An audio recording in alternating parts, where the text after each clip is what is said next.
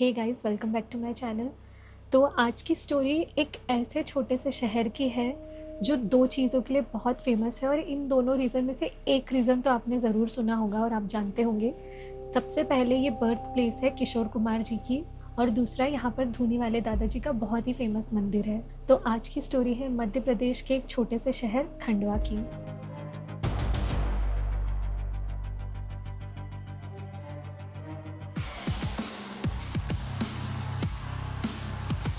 पहले के टाइम पे अक्सर ऐसा हुआ करता था कि जो भी बड़े-बड़े ज़मींदार होते थे या फिर जो भी थोड़े वेल्दी लोग होते थे, वो दान पुण्य करने के लिए अक्सर एक धर्मशाला बना दिया करते थे, जहाँ पर यात्री आकर रुक सके। और जो भी भक्त वगैरह है, अगर आसपास कोई फेमस धार्मिक स्थल है, तो जो भी डिवोटीज़ वगैरह आते थे या जो भी यात्री वगैरह आते थे, वो उन जगहों पे धर्मशाला पे कम प्राइस में रुक सके। और धर्मशाला का प्राइस सबसे कम होता है क्योंकि वो एक तरीके से ट्रस्ट के थ्रू बनता है और एक तरीके से वो एक चैरिटी होती है। तो लोगों की सेवा वगैरह करने के लिए पहले के टाइम पे लोग धर्मशाला ऐसे जगह जगह बना देते थे, धर्मशाला, यात्री निवास, ये सब करके। और आज की जो स्टोरी है वो है 1990 की। इस स्टोरी में मैं जो भी नाम बोलूँगी वो मैं रैंडमली बोलूँगी, और फैमिली की जो रियल आइडेंटिटी और उनके नाम है, उनकी प्राइवेसी की रिस्पेक्ट करते हुए मैं उसको रिवील नहीं करूँगी। तो आज की स्टोरी है खंडवा के धर्मशाला की।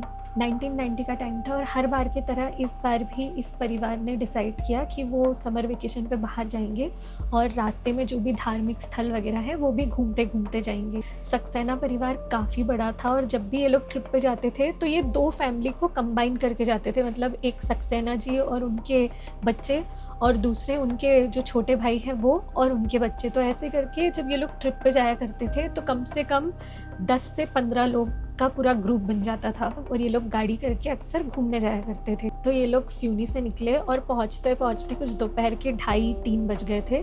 जल्दी जल्दी उन्होंने रूम वगैरह जो भी है वहाँ पे, सब बड़ा हॉल मिला था तो सब अपने अपने जगह पे, लड़के लोग एक साइड में अलग रूम में और लड़कियाँ एक रूम में, ऐसे जाके चले गए। और सब ट्रैवल करके आए थे, काफ़ी थक गए थे, तो सब लोग फ्रेश होने के लिए चले गए थे। वहाँ पे जो वॉशरूम थी वो रूम के अंदर अटैच नहीं थी, रूम के बाहर थोड़ा आगे जाके बाहर वॉशरूम थी। अक्सर ऐसा होता है कि जो कॉमन वॉशरूम होती है वो बहुत बड़ी होती है और वहाँ पे बहुत सारे ऐसे कॉलम्स बने रहते हैं। तो सक्सेना जी की दोनों बेटियां, जो सबसे बड़ी थी वो और उनसे थोड़ी छोटी, तो उन्होंने डिसाइड किया कि जब एक फेस वॉश करेगी तो दूसरी खड़े होके देखते रहेगी कि आसपास मतलब कोई है तो नहीं।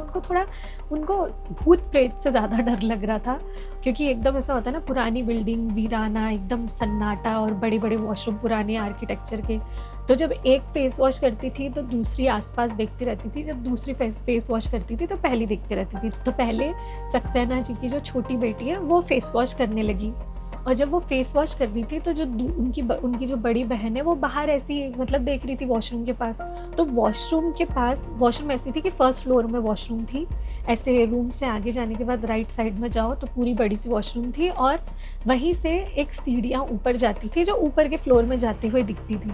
बड़ी बेटी का ध्यान गया कि उनके जो चाचा के बेटे हैं, मतलब कि सक्सेना जी के जो छोटे भाई के बेटे हैं, वो एकदम दौड़ते दौड़ते किसी का नाम लेते लेते ऊपर जा रहे हैं। दूर से उनको पहले सुनाई नहीं दिया, वो एकदम से थोड़ा बाहर गई झांकते हुए, तो उन्होंने सुनी कि जो बेटी, मतलब जैसे जो फेस वॉश कर रही थी, उनका नाम लेके उनका जो चाचा का बेटा है वो ऊपर जा रहा है किसी को फॉलो करते करते।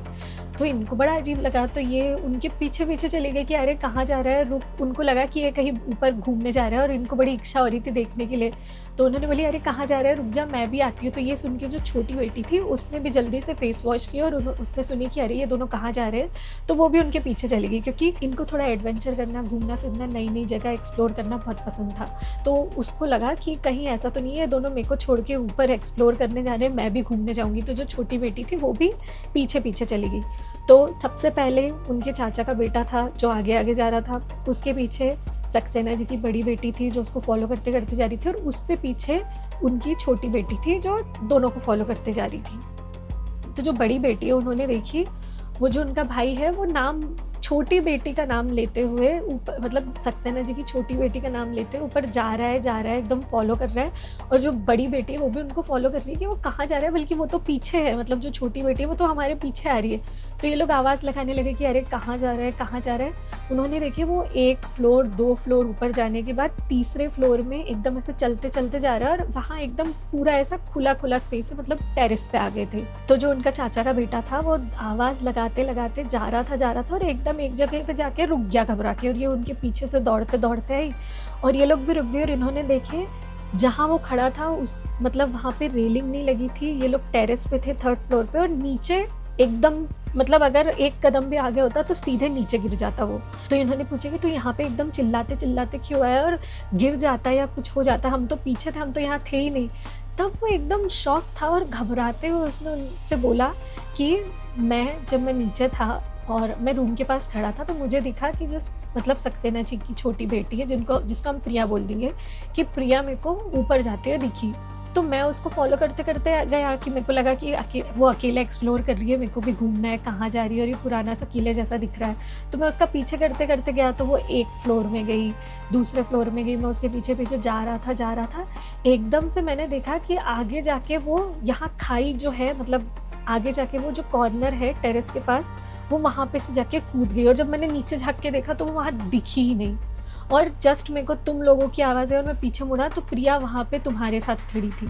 तो ये लोग सुन के एकदम शॉक हो गए। मैं तो नीचे फेस वॉश कर रही थी और जब बड़ी दीदी ने तुम्हारी आवाज़ सुनी तो हम पीछा करते हुए ऊपर आए। ये सुन के तीनों घबरा गए और इन्होंने एक बहुत अजीब चीज़ देखी।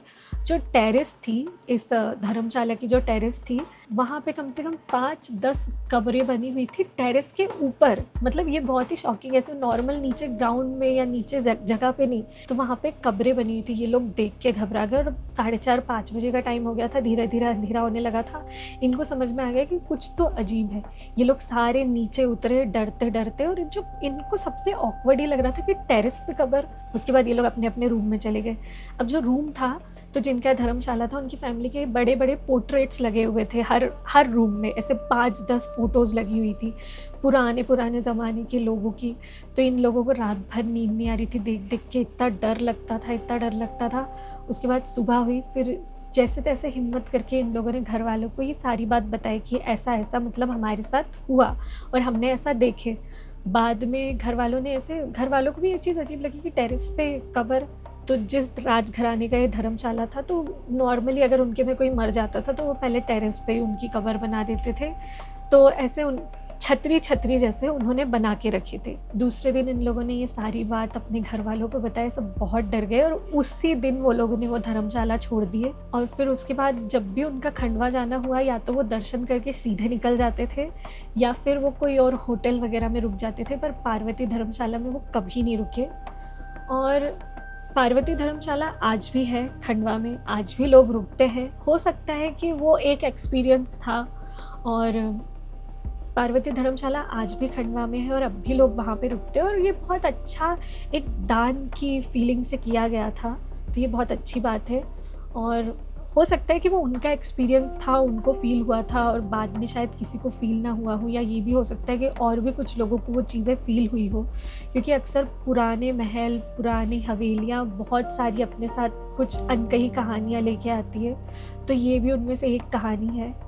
आज भी पार्वती धर्मशाला है, लोग वहाँ पे रुकते हैं। बहुत सारे गरीब ज़रूरतमंद लोगों को 5-10 रुपये, 200-300 रुपये के अंदर ही आराम से रूम्स मिल जाते हैं।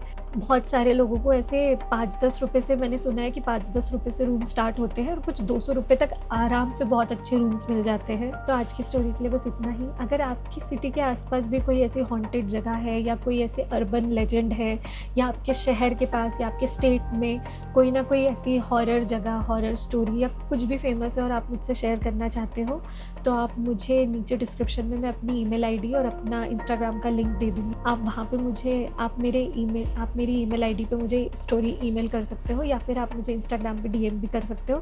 अगर आपकी स्टोरी ऑथेंटिक रही और अगर आपके पास उस रियल जगह के फ़ोटोज़ है या कोई वीडियोज़ है और आप शेयर करना चाहते हो तो आप मुझे शेयर कर सकते हो। अगर मुझे आपकी स्टोरी अच्छी लगी तो क्या पता मैं आगे नेक्स्ट पॉडकास्ट में उसे ज़रूर शेयर करूँ। तो आज की स्टोरी के लिए बस इतना ही।